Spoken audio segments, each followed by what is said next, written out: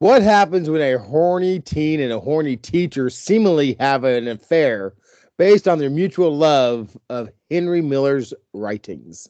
Find out next on Trees in Space.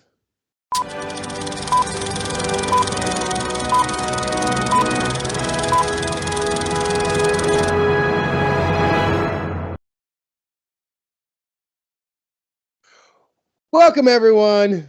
And in case you missed the thumbnail, this week we watched the comedy drama Miller's Girl from 2024. I am Jason, and I am with Nate. And it's good to see you, Nate. It's been a while since we actually did one of these because we went on. It is. And this is a comedy because I didn't find it funny at all.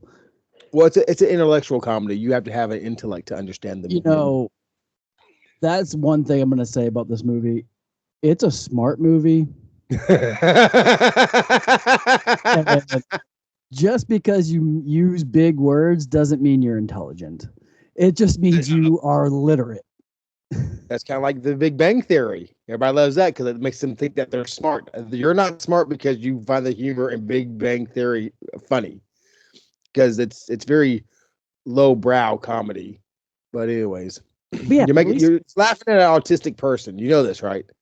That's what? Sheldon's autistic.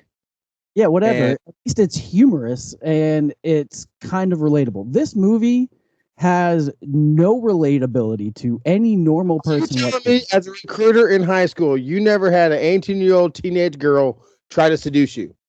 Have you looked at me? No. You made a reference to Nandor Fodor in the Talking Mongoose and how this is a same burn as that. And at least that movie had a talking mongoose. That saved that movie. This movie has nothing to save it. This movie was saved by Winnie. Okay. Well, why don't you tell everyone what it is? Okay, before you really get into it.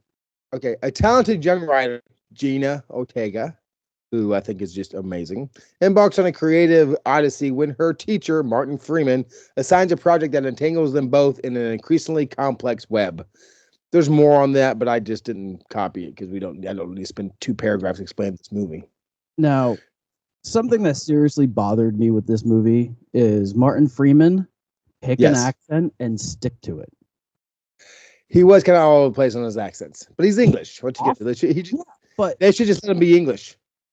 Like they should have. They shouldn't. Like he still could have gone to Tennessee or Vanderbilt or wherever. But like, my accents come and go. I got it. But I feel as if I could have maintained some sort of Tennessee-ish accent or a Southern accent. Maybe not Tennessee, but I can pull off some sort of Southern accent that I could hold the entire time. It may sound like Foghorn Leghorn at times, but at least I can make it work. But then again, they get to say cut and reshoot. Yes. So they could have done, but they should just let him keep his English accent. I watched this movie because of Jenna Ortega, because I think everything I've seen her in, all one things I've seen her in, she was amazing. So, and then I'm watching this movie, and I like Martin Freeman, and I like the beginning how she's narrating, and then you're kind of understanding. If you've ever seen the movie Lolita or Crush or anything with a 17, 18-year-old girl who has a crush on an older man, they could be 27, they could be 35, whatever. It's that movie. And it just goes to show you, I don't know. It's like, what happens when a succubus, sexy young thing is trying to jump on your dick? It's like, well, and for spoilers, she totally fucks up the game. And the fact, like, so she's manipulative. She is cruel. She's one of the worst people I've ever seen in my entire life. She's awful. And I loved her for it. I hated her for it. Now she pulled off so well. I will say that everybody else except for Martin Freeman, A+ acting. I think his acting seriously ruined the movie. I couldn't believe in him as much. Like, I could believe he was a professor, but that accent, like you said, keep him British. At least that way it's a little bit more. And then his alcoholic wife, I loved her. And when he has her or she has him with his eidetic memory, read was it Pharaoh or Claudia or Haro or whatever her Caro. I think her name was Caro. Caro. And she's like, Her nasty story, her sex yeah. story. And then she starts like grinding up on him and like getting all turned on. And then in the next scene, she's berating him and making him feel like trash. Like, what the fuck is this relationship? You're acting like that's not an actual thing, that's not things that women do. Like, I commended the fact like he told his wife about the paper. He was very professional about it. And his best friend, who's the baseball coach, I think he handles it the best at anybody. I think there's, and also he is getting text message from Winnie, the other girl, but he does not. After he gets a certain picture, he deletes the whole conversation because he's like, I'm not crossing that line. Little flirtation, whether these kids are going to flirt, whatever, you know. But you, Martin, are crossing the fucking line. Mm-hmm. Oh, by the way, we still don't know for sure whether they had an affair. Right, because the entire time it seems as if it's told through her viewpoint. Right. And then like the whole story almost seems like it's hers. Like she dramatizes the relationship between him and his wife. Like, I don't know, it just seems because it's missing something. There's something to this movie that is just absent. That's why I like it so much, because I enjoy a movie where I have to make the decision. I don't need my handheld. It says, this is what it is. This is what it is. And sometimes I like that, like in drama, like crime dramas, like courtroom movies. But it's like, okay, did it happen? Did not happen? Even if it did happen, did he react correctly? Did she do? Because as we're having the conversation, she's decided at some point in time that she wanted to sleep with him because she told Winnie this, or Winnie asked her or something. Winnie pushed her to want to sleep. Yes. Now, Winnie was all about the fun and games. When it wasn't fun and games no more, it got serious with her. And she's like, I can't believe you're doing this. Right. And to really spoil it all down, she did it for her paper. Yes. Yes. And she goes, yeah, go ahead. When we were talking, and then, you could see, okay. Oh, and by the way, the chemistry between the two I thought was great. You might not believe in Martin Freeman's character, the way he acted. I think he did a great job. But I think when they're on screen together, of course, Jenna Ortega steals every fucking scene she's in. And then when she wrote that letter, and then he's reading it, and he jerks off to it because it's very sexual. And I'm like, I don't know. I'm sorry. I'm from a generation where you had to read Penthouse Forum to get off. Okay, it's what you did. Like, don't get me wrong. I got a boner. Like, there's a couple times where I'm like, why am I hard? Like, I don't even know what they're saying, but I have an erection, and I'm like, all right, cool. But then he goes back to school next day, and he says, I can't publish this. You can't turn this in. It's inappropriate. He was excited about it. He was turned on about it, but he's like, like, hey, just write something else and a different author. I'm not saying he did say her paper was trash, but I think that was in a failed attempt to persuade her to change her mind. Right, and then she finally went up to him and said, what about us? And she got real serious with him, like how she's gonna destroy his life and things of that sort. And I'm just like, okay, he did. The only thing that's really there is he brought, what was her phone? Yes. Back to her. And we don't know. There's a scene where they kiss at her house. Oh, by the way, her parents are like rich, stupid, or whatever, and they're away all the time. Yes. Just home, Southern stuff. So, and I'm just like, but we don't know if that happened because there's the way it's shot, it's almost like a fantasy. Mm-hmm. We don't know. Oh my God. So I loved it because I didn't know. And the ending was, what word am I looking for? It happened with ISS. Or it just fade to black. It was very Sopranos at the end. Yeah, just like what? Okay, because she comes walking up, I guess, the schoolhouse, the courthouse. He's sitting on the steps. He sees her. She sees him. She starts to cry. Don't know why she started to cry. And then it fades to black. It's like, okay, did he get fired? Did he go to jail? Did they I think she was together? Yeah, because she was. So he went to jail, but it was. I mean, I was just like watching this movie. I'm like, oh, this is just. The entire time I watched this movie, first the comment I want to make is this movie seems as if it was written by Kevin Smith because it was all dialogue, but it lacked heart and humor to me. Like the entire time, I'm just like, oh, there wasn't enough weed in my studio to get me through this movie. I sat straight through the entire freaking thing, start to finish. I watched this whole movie with one break, and that was to reheat some rice. It says we watched. It says comedy drama. I'm not getting this from what it says it is. Oh, I know. I didn't see it either. Like I saw the drama. I saw comedy. I was like, okay, well, maybe I'll like this movie. I mean, a little bit of comedy with the main character and the baseball coach when they had conversations. That was kind of funny. The two girls, real life comedy.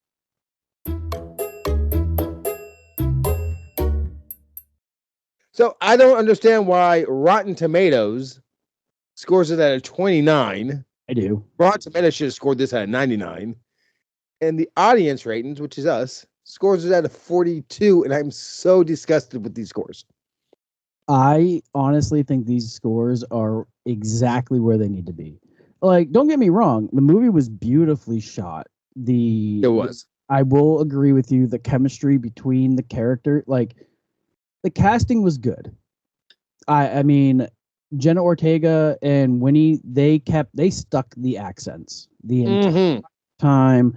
Like you could believe they were locals. You know, the baseball coach who bakes biscuits, the biscuit coach, yes. Loved it. You know, who would have thought he would? And I really thought he was going to be the one who took things too far, and he became the most mature one. So yeah.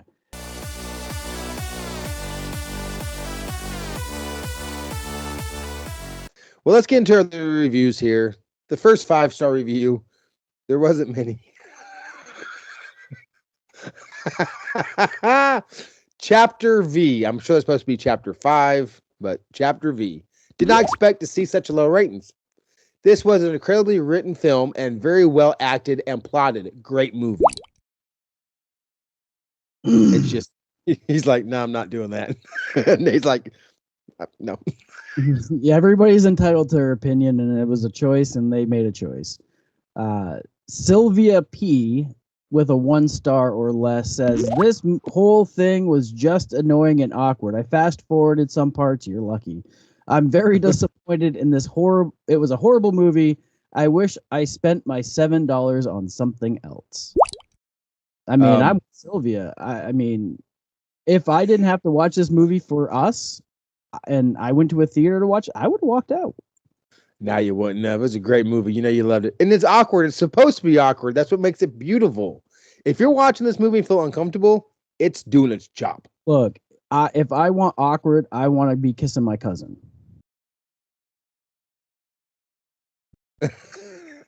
I've seen him. He's pretty hot. Now, the next 5-star review, we have Lewis R. The film had me questioning what was happening next, but clearly the ending gave me one thing to realize. When a female student loses herself in delusion, it's too late. So the movie was about her delusion. I'm glad someone said that. You know, they didn't blame him. But you know, there's no heroes in this movie. What? Not the baseball coach. But these young lady actors acted like they were like 15, like with their maturity level. And I mean, this had to have been written by a dude, because I don't know who wrote this, but probably at women, I feel at 18, 19, far smarter than these girls were led down that path. No, because they were very sexual at that age, and yeah, they were just naive. Like I don't think Jenna Ortega's character was. She was entitled. She was, and that one picture where she's making out with her Winnie and taking a picture, sending it to the coach. She just shoves her off. Yeah. Just saying, between 15 and 22 and stuff, a 15-year-old might act like a 22-year-old. 22-year-old might act like 15, so they're raised. But on average, you're all right. Men seem to be a lot less mature than women at the same age. This 1-star comes from Hannah W. I can't believe how awful this was.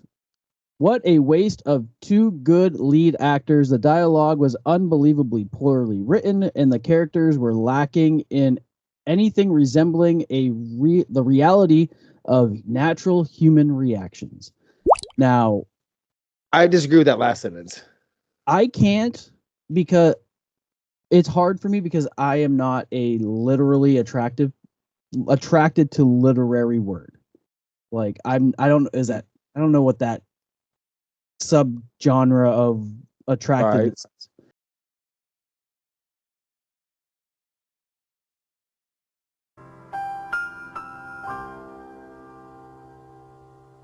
But that's not me. Like, and granted, some of the scenes, like when Jenna Ortega came out in that really Madonna from Dick Tracy style dress, and Yeah.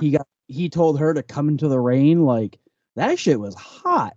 And then when she was standing on top of him after he just got done calling her a child, like I thought she was gonna that man because she was I know. she was ready to take control and he was fully submissive. That's another thing because he kind of egged it on, got her to go to that one reading. They were there. They shared a cigarette outside. There were things that he was not stopping the attraction No. because he probably enjoyed it.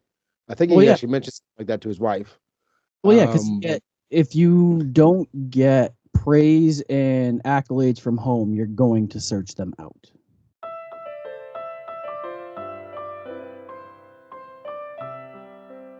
Right. So, but then I got to a point where he's like, okay, this is too much. Like I said, we still don't know if they actually had sex or not. But yeah, the wife was always berating him because he was a failure. She's like, you're a failure. You're a failure. You're a failure. You're not a writer. She's like, you're not a writer. You were a writer and you failed. So the WTF comment is from Ghost. She's about to do what she's about to do, and she's about to show what the other girl should have did. Just whip your tits out. That's all she had to do. Here's an A. Here's an A for those 21-year-old boobs. It's all good to go.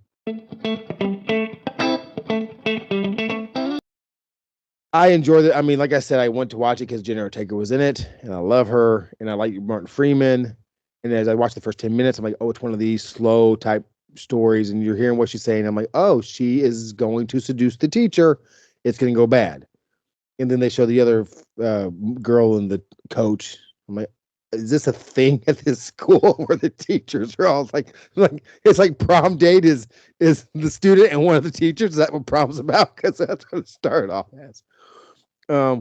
We don't know if it destroyed his marriage, and it shows that he, ain't in a maybe a loveless marriage, or at least a respectless marriage, and she's trying to do something to better herself. The girl, it had a lot of complex issues here, and I enjoyed them all. I'm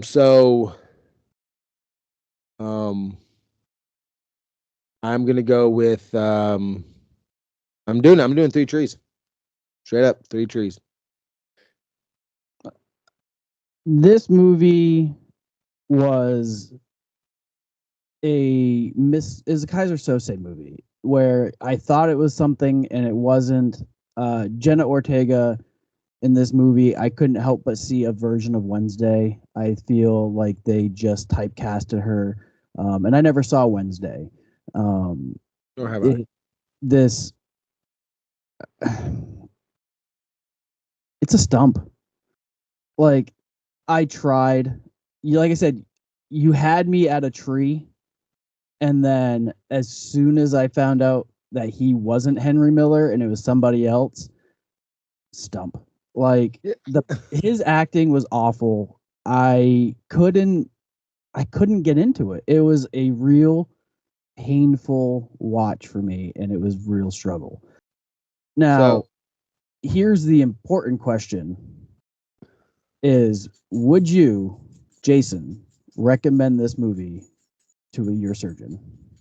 I would recommend it to my surgeon, my dentist, my tax attorney, my proctologist, my foot doctor, my VA representative, my ex-wife's lawyer. I would not recommend it to anybody I dislike because I don't like them enough to have them watch this movie. I would recommend this movie to my ex-wife, and I would not recommend this movie to my surgeon. Unless somebody is really, I would recommend this movie to people I don't like. Well, that is absolutely fair. As once again, me and Nate are completely opposite on this show here, this movie, and I am remiss because I forgot to ask you all. Please like, subscribe, feed the algorithm monsters, leave a comment. Please follow us. We definitely appreciate you all listening to Trees in Space, and we do this for us, for you, and we definitely thank you all 100% from the bottom of my heart. I'm sorry if you watched this movie. It was Jason's idea. It is my idea, and you should watch this movie. If you like Jenna Ortega, watch this movie. If you don't like Jenna Ortega, watch this movie. If you have an IQ above 100, watch this movie. Because if you're watching the movies me and Nate are watching, I'm right every time. So that's all there is to it. But I want to thank you. I want to thank my podcast partner, my webcast partner, whatever you are, Nate, for being here once again. And we will see you next Monday with another Trees in Space.